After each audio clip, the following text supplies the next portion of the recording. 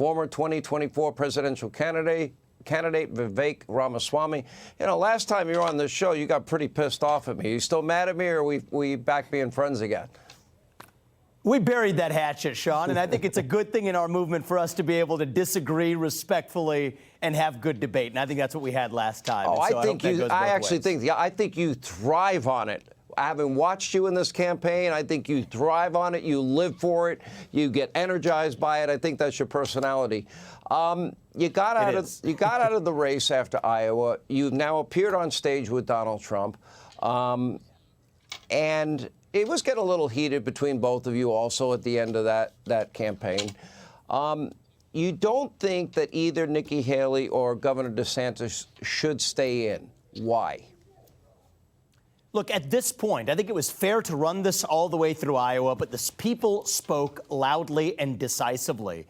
And I do see an opportunity here, Sean. I know a lot of people might laugh at this idea, but I see an opportunity to reunite the country, and that starts with reuniting our Republican Party. So running it through Iowa was fair game. I got about 8% support. I think I was about to get something similar in New Hampshire. I think it was better to give Trump a decisive victory, and I would ask for everybody who was considering supporting me in New Hampshire, libertarians included, to go in Trump's direction, end this primary, and then let's focus on taking the America First agenda to the next level.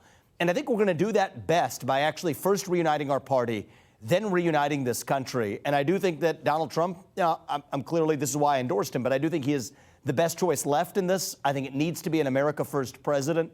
I think the America First movement reaches beyond the traditional boundaries of the Republican Party. So I'm focused on bringing the next generation along with us, for my part, Sean. Listen, we had a lot of people, young people who are looking for direction, and we can bring them. I think certainly after New Hampshire on Tuesday, certainly after South Carolina, I think there's a lot on the line for Nikki Haley in both those states. If Donald Trump, if the polls hold and he wins New Hampshire and he's leading by a significant amount in South Carolina, I'm not sure what her path would be towards the nomination. The earlier the Republicans unite, I think the better. I don't like New Hampshire's system with an open primary where Democrats can change their party affiliation up to pretty much the last minute and then, you know, wreak havoc in a Republican primary. That's been happening. Thousands of Democrats have re-registered as either independents or as Republicans just so they can vote in a Republican primary. That concerns me a little bit. That's crazy. I don't like that either, Hannity. Your thoughts on that? Well, one thing is I think we should stand against all forms of election interference in the GOP primary, Sean. So whether that's Maine or Colorado, one of the things that I said was that I would voluntarily have removed myself from the ballots in Maine and Colorado if they forcibly removed Trump. I think the right answer for both Haley and DeSantis would have been to say the same thing. Anytime there's outside election interference from the other side in a GOP primary, I think we should be united in standing against it.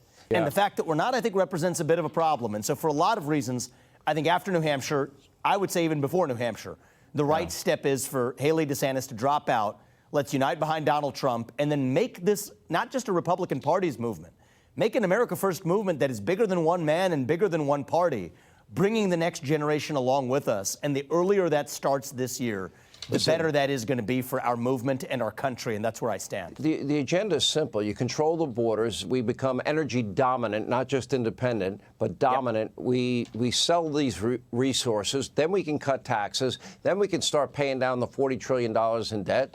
And in terms of foreign policy, I agree with you, a lot of your points. I don't want Americans involved in endless wars.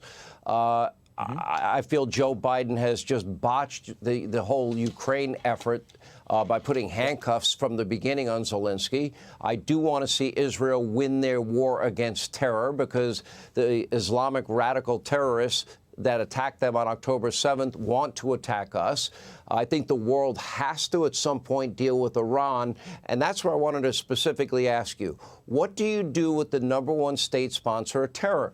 There wouldn't be Houthi rebels armed as well as they are without the Iranians. The same with Hamas, the same with Hezbollah, the same with a lot of these groups. A lot of this goes right to the mullahs in Iran.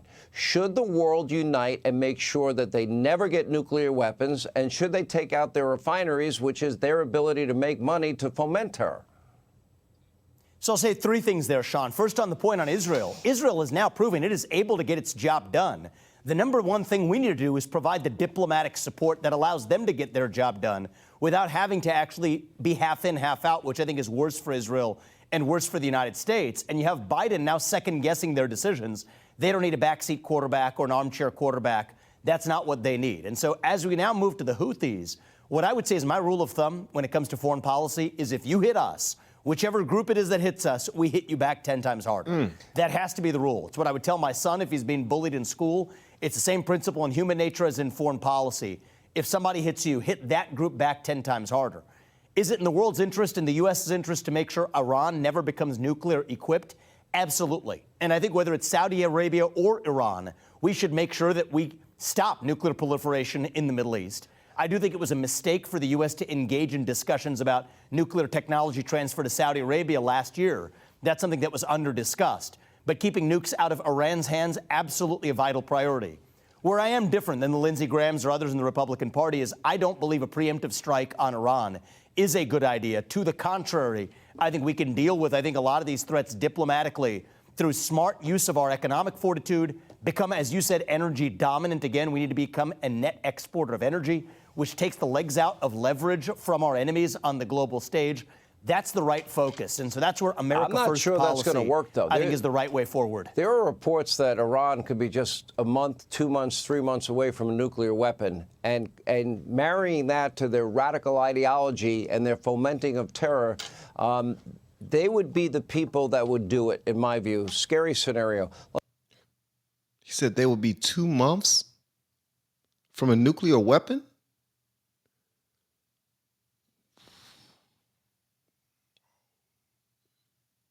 Whoa. Poop about to hit the fan. Stay prayed up, guys. Let me ask you this. You supported President Trump. Yeah. The president has talked about you maybe joining his administration if he's elected. Any particular job that you would want? So, Sean, the truth is, I'm in this for the country. There's a lot of ways to drive change in this country, inside and outside government. For the last few years, I've been doing it through the market. I started Strive to compete directly against BlackRock and State Street and Vanguard. That's what I was doing for the couple of years before I ran for U.S. president, for the year running into it. And so I'm all in for the country. And right now, my focus is making sure that we do elect Donald Trump as the next president of the United States. It's not even about me. It's not about Trump. It's not about one man. It's about this country. So that's what I'm most focused on. And whatever it is for the country, I'm all in to do the right thing. Well, listen, you got to get a lot of credit. You ran hard. You came.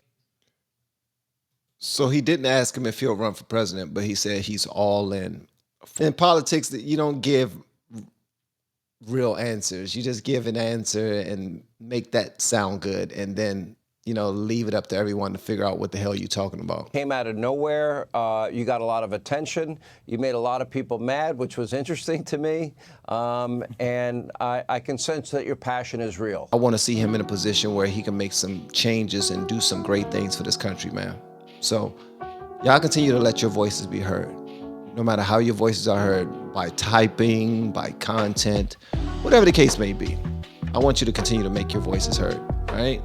And thank you so much for helping out myself and other YouTube content creators the way you have with the information that you provide, your consistency and support, both in our Discords, our private platforms that we invite you to, or in our comment sections where we see you often as well. So thank you very much. I thank you for all of for supporting all of the other content creators.